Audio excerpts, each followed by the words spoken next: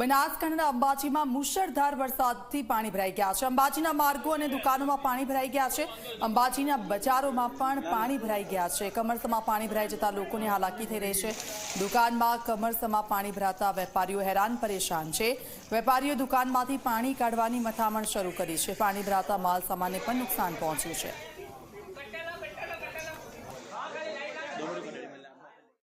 हाल तबक्के जे रीते अंबाजी पंथकमां 2 दिवसथी वरसाद वरसी रह्यो छे जेना कारणे जे अंबाजीना जे बजारो छे तेमां पण पाणी भराયેલા જોવા મળી રહ્યા છે અને વેપારીઓની દુકાનમાં પણ આ જે વરસાદી પાણી જે છે એ ઘૂસી ગયા છે જેના કારણે વેપારીઓને હાલ તબક્કે હાલાકીનો સામનો કરવો પડી રહ્યા છે।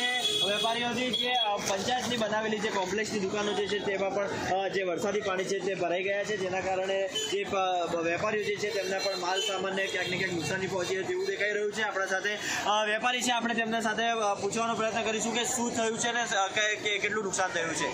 કેટલા સમયથી આ તમે હાલાકી ભોગવી રહ્યા છો ને તમને હાલ તબક્કે કેટલું નુકસાન? હાલના તબક્કે લગભગ 2 થી 3 લાખનું નુકસાન છે અને આ તો દર વર્ષે હોય છે અને આ વખતે તો સરકારે જે પંચાયતે ગટર નાખી છે એ ગટરના કારણે આ પાણી ભરાય છે। તમે હાલ તબક્કે કોને કોને રજૂઆત કરી છે આ ભરાયેલા પાણીના કારણે? વહીવટદારશ્રીને એના એમને શું જવાબ આપ્યો અને એમને શું જવાબ આપે છે? એમને જવાબ આપ્યો કે કરી હવે ટ્રેક્ટર મોકલીએ છીએ અને પાણી કઢાવીએ છીએ।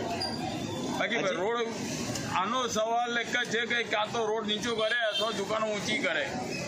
જે રીતે વેપારીઓ જણાવી રહ્યા છે તેમને શરૂઆતના દિવસોમાં જે વેપારીઓને લાખોનું નુકસાન થઈ ગયું છે, જ્યારે પંચાયત દ્વારા પાણી ઉલચવા માટેનું ટેન્કર પણ મોકલવામાં આવ્યું છે જેના લીધે જે પાણી છે એ ઉલચવાની પ્રક્રિયા હાથ ધરવામાં આવી છે। એટલું જ નહીં, હાલ તો ચોમાસું શરૂ થયું છે, બીજા દિવસે આવો વરસાદ છે ને બીજા દિવસે જ આ પરિસ્થિતિ છે તો હજી તો આગળ આખું ચોમાસું બાકી છે। વેપારીઓને કેટલો હાલાકીનો સામનો કરવો પડે એ સમજ બતાવશે। ભરત અગ્રવાલ, જી મીડિયા, અંબાજી।